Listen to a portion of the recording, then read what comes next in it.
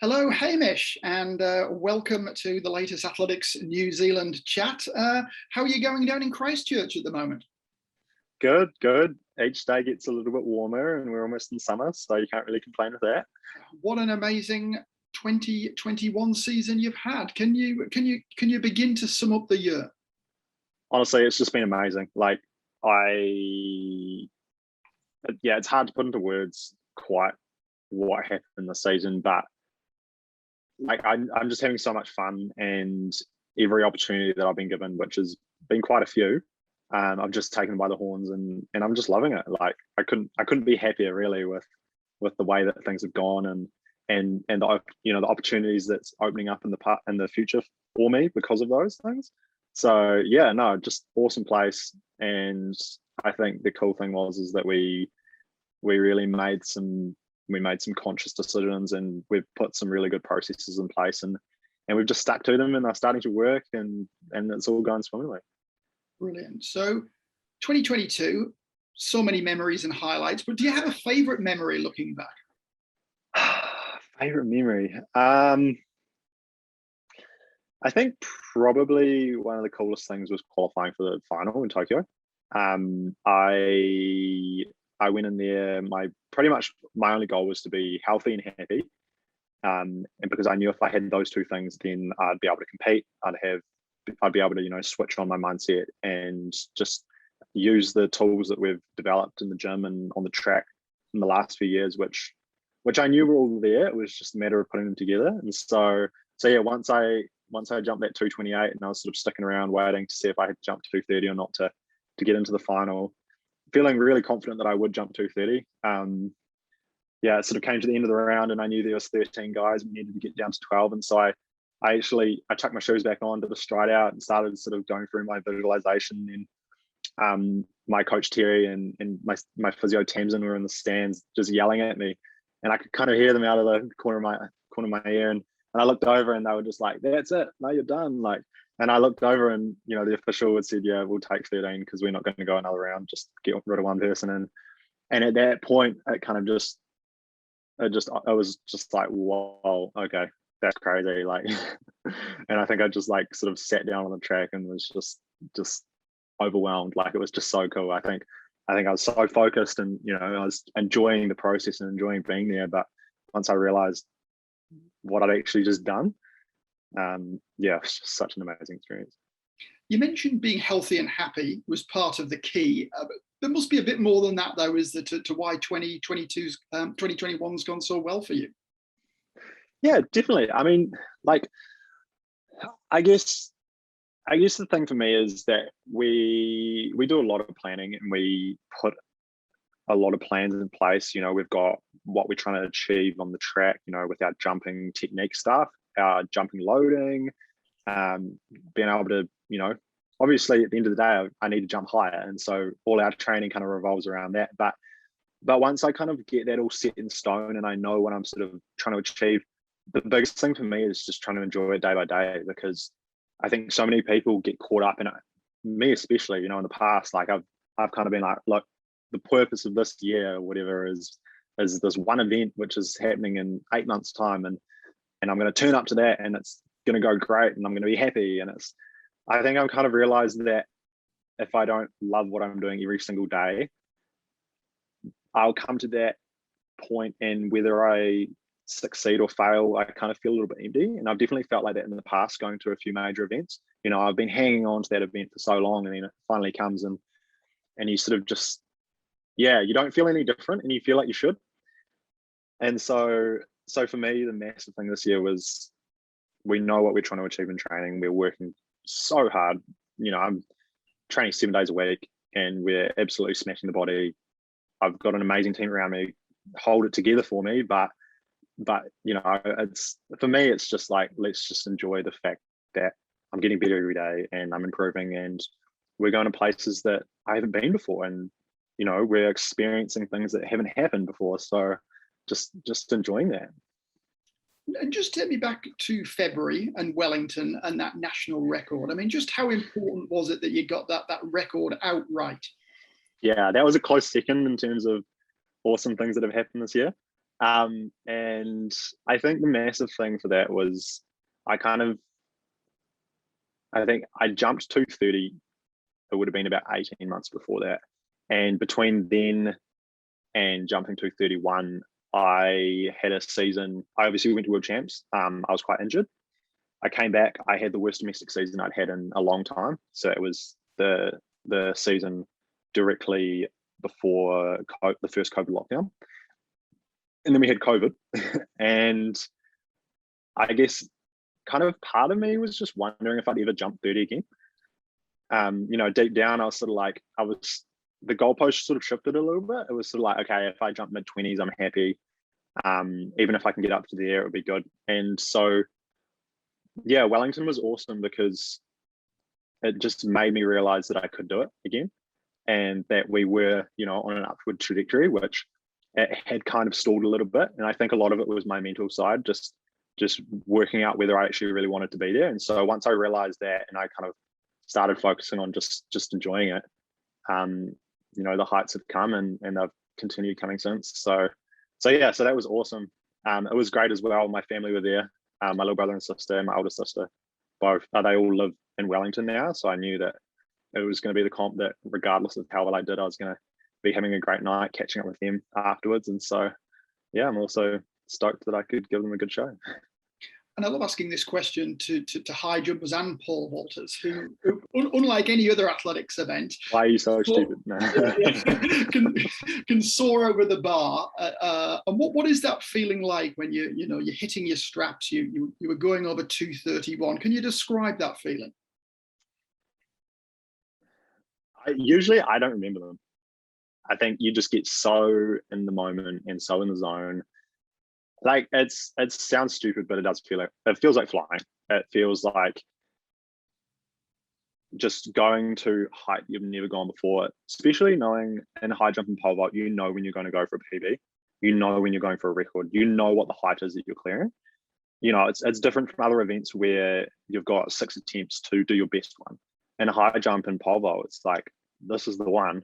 You either clear it or you don't. And so for me, like it just feels so cool to get it, because often it's there, and it won't be the best jump that you've ever done, but it's the best one you've done when it counts. And so there's something really special about that. And that's one thing I've held through my entire career is I remember jumping 165 for the first time, jumping 178 for the first time. I remember jumping 193 in year 12, and that felt like the coolest thing ever. And jumping 230, 231, and hopefully onwards in the future, they all feel like that, and they all feel awesome. And so it's kind of the thing that hooks me to it. I've got to say as well, yeah, you obviously did have an excellent domestic campaign, but because of the pandemic, you were starved of sort of international opportunities. I know you competed a couple of times before Tokyo. So what kind of bar was that? What kind of disadvantage was that, having so few sort of international competitions before Tokyo? I think the competition definitely gives you an edge when you have other guys jumping around the same heights as you. In New Zealand, for example, most of the time, everybody else will be out by the time I start, and so that is quite hard trying to get a height in. Say, for example, starting like 210 and then going up from there. And that will usually be after sort of an hour and a half of sitting around waiting after warm up. Whereas if you go to a major and you're competing against all those other guys, you warm up and the bar starts 215 and you're into it. And so that's probably the biggest difference. That and being able to just wait around for a little bit longer between jumps instead of always knowing you're on a timer, because obviously I'm jumping consecutively. So I kind of always know I've got 3 minutes. I need to do these certain things in that 3 minutes. And so I'll have 30 seconds at the end of it to then get my jump going. And so knowing that it seems quite controlled in New Zealand, which is really good. Like for me, it's awesome because we can test things and we can work out what things work and what things don't. But yeah, there is no, you can't ever simulate competition like having competition. And so going over there and just being with all these other guys who are also mean, they're all like-minded as well. That's what's awesome is, there's a lot of guys there that you can just sit there and have a yarn to between jumps. I mean, everyone's obviously trying to achieve the same thing. They're trying to get over the bar, but the way you do that is so unique to you that a lot of people it's actually a pretty cool like atmosphere, if that makes sense. Yeah, and of those world-class high jumpers you're up against, Hamish, have you kind of buddied up with any? Have you got a bit of a bromance going on with any of the top high jumpers? I mean, like probably not so much, and I want to go overseas and spend a lot more time with like a few of them. But Tom Gale, who's one of the British guys, we spent a lot of time together and we just talked the whole way through qualifying in the final, which was really cool. And obviously we can't talk about guys that I look up to and sort of mates with without talking about Brandon Stark. I mean, he's been at a lot of my international events, and he's been a really good guy. It's always nice to know that there's another relatively familiar face there, and he's given me some really good tips in the past. So I'm definitely very grateful for those guys. But having said that, there's those guys, and there's so many more other international high jumpers who are open to giving you tips and advice that I'm really keen to go over there and actually explore that a bit more. What do you actually talk about? I mean, are you talking about the competition, or you're talking about what you're going to have for tea tomorrow night? I mean, what sort of subjects do you talk about? A lot of the time in Tokyo, we were talking about sort of just our experiences through COVID.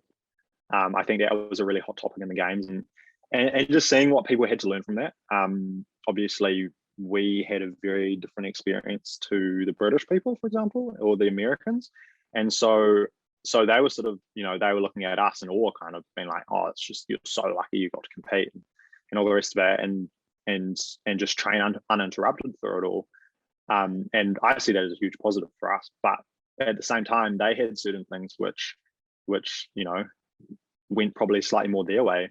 I mean, they didn't have to do 2 weeks going back from Tokyo, so they kind of straight back into their holidays. But it's just cool seeing what other people's perspectives are on this problem that we have that is common to everybody. I guess we're all trying to jump higher.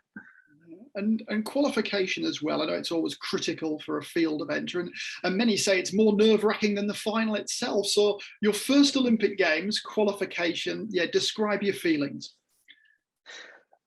I honestly was just so worried I was going to no height that once I got a bar, I was just into it. Like I was so stressed before qualifying. Like, so about 2 weeks before I got to Tokyo, I actually no heighted in the competition, which was the first time in ages. Like I hadn't done that in years, and I no heighted at 215, which isn't all that high. Like I shouldn't be missing 215 3 times in a row. And so there was probably a period of a week or so where I was just like, I don't know, like, have I just forgotten how to jump? Have I not done the work? Like there was all these things swirling through my head. I literally was sleeping like 2 or 3 hours a night because I was just so worried. And then working with physio, we'd realized that there was just a slight difference in hip positioning, which had just occurred just over a couple of months, which we'd sort of had gone undetected. So we sorted that out, and I was just back into it. It was just one tiny little thing. I mean, we were so finely tuned that tiny little things out just make such a difference. And so I guess I was just going into qualifying hoping that I'd make a height. And then once I did that, I was just like, look, I'm enjoying this. It's really fun. The stadium's great. Every time I clear a height, it just gives me the opportunity to do 3 more.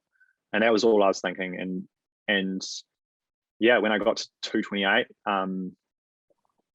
I went over to Terry. So I went all the way clear until 225, and then I missed my first attempt at 225.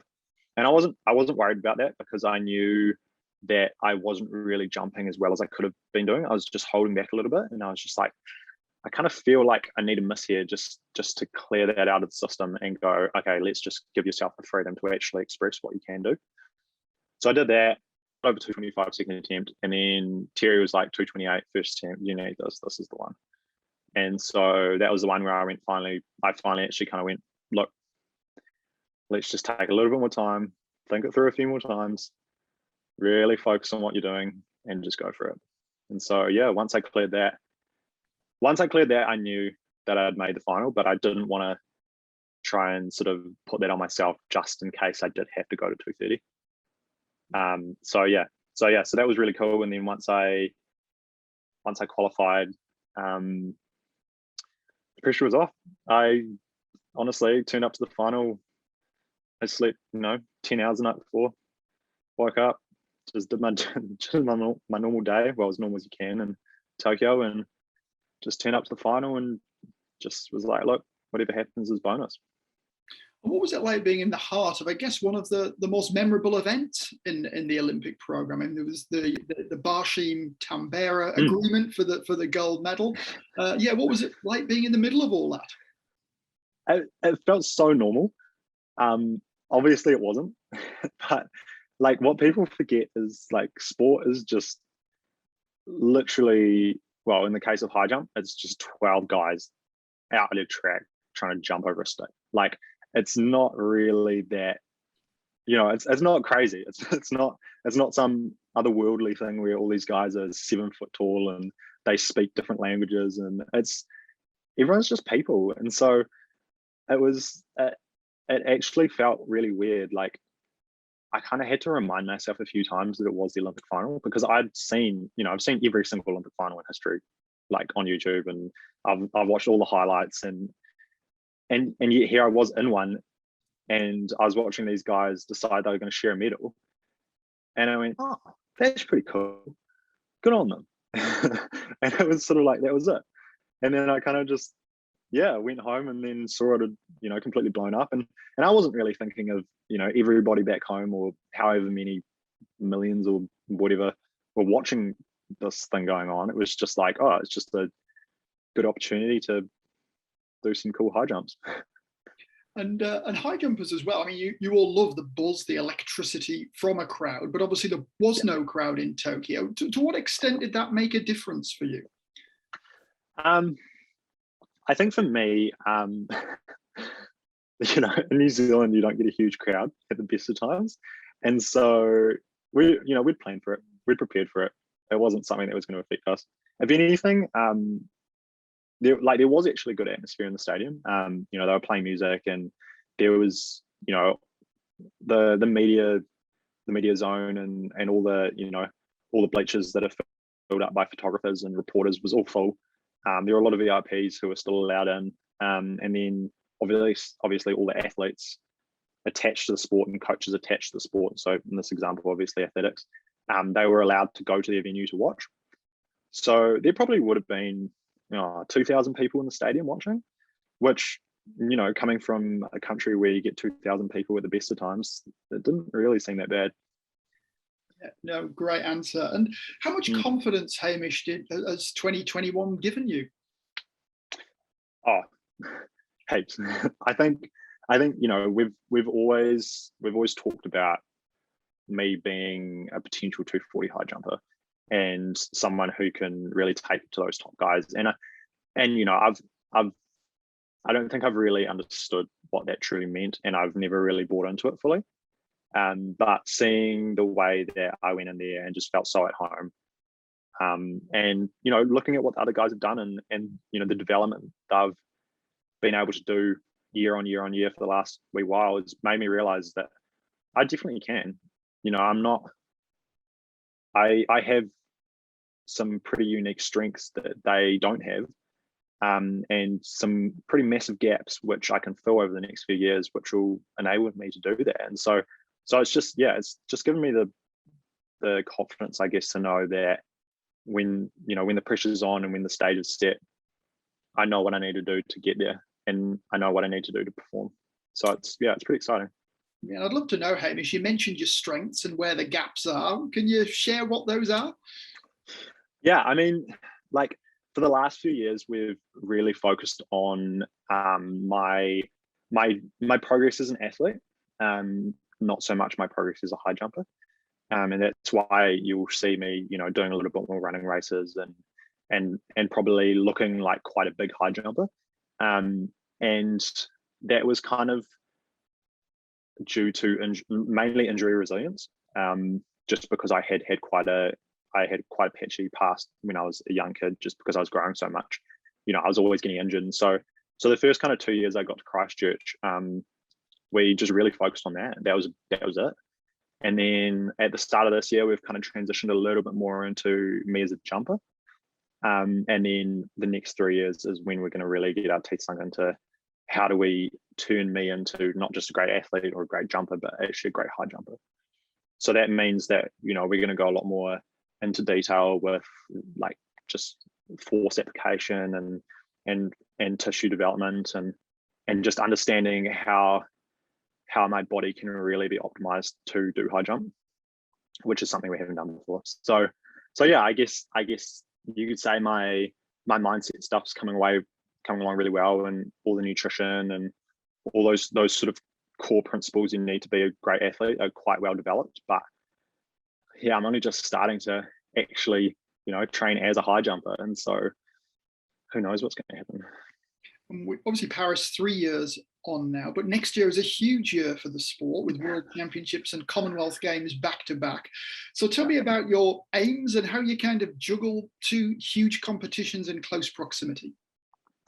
I think I just want to get competition next year. I just want to really just go over to Europe and just spend a good amount of time trying to trying to put together a full international season. Learn who the guys are and make some connections and just compete, at a high level every couple of weeks, every week, whatever it takes. So I guess I have really high hopes for the next 12 months. I definitely want a medal at Com Games. And I think that it's, I've got a strong likelihood of, if I can, put it together, that I could probably get top 8 at World Champs. But for me, it's much more thinking about Paris. Just trying to get competition under my belt, because I guess you can't call yourself a international athlete if you're not spending a lot of time in Europe, which is pretty much the home of athletics. So that's pretty much the big thing next year, is just getting over there and getting battle hardened.